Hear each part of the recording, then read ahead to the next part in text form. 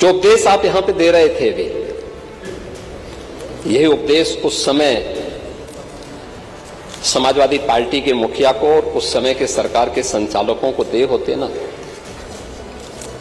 तो संभवतः इस प्रदेश का भी कल्याण होता। तो इधर उधर की बात मत कर, यह तो बता कि एक काफिला क्यों लूटा। जो समाजवादी पार्टी तितर बितर हो गई, अस्त व्यस्त हो गई, इस पूरे प्रदेश के सामने पहचान का संकट खड़ा किया, अराजकता का जो तांडव खड़ा किया था, कौन इसके लिए दोषी था? आप ही की पार्टी से सदस्य चुनी गई पूजा पाल संभवतः नहीं है।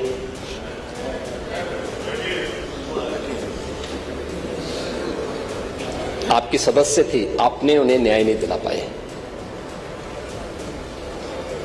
नहीं दिला पाए क्योंकि हिम्मत नहीं थी। माफिया के सामने झुकना मजबूरी थी। आप उन गुंडों और माफियाओं के सामने एक गरीब बेटे को न्याय नहीं दे सकते थे। आप बात तो पीडीए की करते हैं, क्या वो पीडीए की पार्ट नहीं थी? और न्याय कैसे होता है, ये हमारी सरकार ने तय किया। बेटी उस पक्ष की होगी, इस पक्ष की होगी, उसको न्याय मिलेगा। कब्जा कोई भी करेगा, किसी भी स्मारक पर, किसी भी पौराणिक स्थल पर, वो कोई भी होगा, उसको छोड़ूंगा तो नहीं।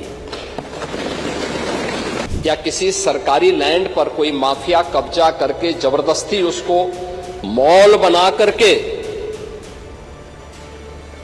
या कोई वसूली का अड्डा बना करके उसके माध्यम से अनैतिक और अवैध गतिविधियों का संचालन करके कोई छांगुर जैसा व्यक्ति वहां पे अनैतिक गतिविधियों का संचालन करेगा तो उसमें बुलडोजर भी चलेगा, उसको भी कोई रोक नहीं सकता।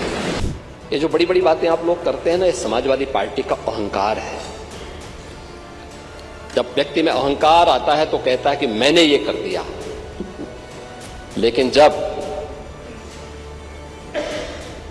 इसीलिए कोई आपको सम्मान नहीं देता समाजवादी पार्टी को। सत्र के पहले प्रदेश के सामने ये पहचान के संकट से प्रदेश तरसता था समाजवादी पार्टी के कारण, लेकिन आज हर उत्तर प्रदेश वासी सम्मान इसलिए प्राप्त कर रहा है क्योंकि काम सरकार की एक टीम कर रही है, परिणाम है, लेकिन दुनिया कह रही है कि यूपी के अंदर अच्छा हो रहा है, तो पूरा उत्तर प्रदेश सम्मान प्राप्त कर रहा है। यानी भर्ती के लिए योग्य नौजवान को प्राथमिकता नहीं देते थे, और शिवपाल जी तो उसके मास्टर हैं, इनकी तो पीएचडी ही इसमें है। पूरी भर्ती की प्रक्रिया को तार तार हर व्यक्ति बेहाल था। आज उत्तर प्रदेश का नौजवान नौकरी प्राप्त कर रहा है।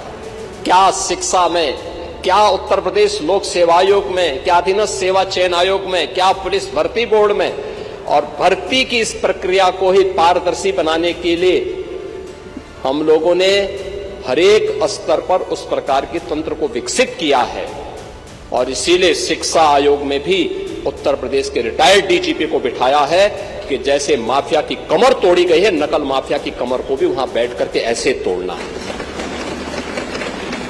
क्योंकि नकल माफिया आदत तो आप लोगों ने खराब की थी, लेकिन उनकी आदत को सुधारने का काम, क्योंकि जब भी कोई हैंकड़ी दिखाता है तो उसकी हैंकड़ी को ठीक करने का काम भी सरकार का होना चाहिए। और यही हमारे पद की शपथ भी है। एक सज्जन को सुरक्षा, लेकिन दुर्जन को ठिकाना लगाने का काम। परित्राणाय साधूनाम विनाशाय च दुष्कृताम, यही तो है। और इसी के लिए बैठे हैं, भजन करने के लिए थोड़ा बैठे हैं। भजन करना तो हमारे पास मठ पर्याप्त है, उसी में कर लेते हैं। नहीं, दंगा तो आप लोग, आपकी नीतियां दंगा कराते थे, दंगा तो आप ही लोग कराते थे। दंगाइयों को और तो इसीलिए मैं कह रहा हूं, दंगा तो आप ही लोग कराते थे। और नहीं, खुरापात नहीं करते थे, खुरापात को ठीक करवाते थे, उसकी डेंटिंग पेंटिंग करवाते थे थोड़ा। अभी ऑपरेशन सिंदूर में ब्रह्मोस मिसाइल की मार ने पाकिस्तान की कमर ही तोड़ के रख दी थी। एक लखनऊ में बन गई। आयुष्मान के कार्ड में एक शिकायत मुझे जरूर मिलती है इधर से कि साहब 6 सदस्यों वालों को तो आयुष्मान मिल गया, उससे नीचे वाले क्या करेंगे? तो मैंने कहा आप भी 6 वाले बनिए। और सब ज्यादा खन्ना जी बोलते हैं। अब ये वो यूपी है जो हर प्रदेशवासियों को सुरक्षा की गारंटी तो देता है, लेकिन हर गुंडे को इसके लिए चेतावनी भी देता है कि सुधर जाओ, नहीं तो यमराज के यहां जाने के रास्ते भी खुले हुए हैं और यमराज का बुलावा आ जाएगा। अवैध वसूली, अभी तो मैंने शुरुआत की, ये तो अभी शुरुआत है। सत्ता के संरक्षण में पैरेलल, ये 11 वर्ष नहीं, अभी तो आपको जो है 2047 तक इंतजार करना होगा। 2000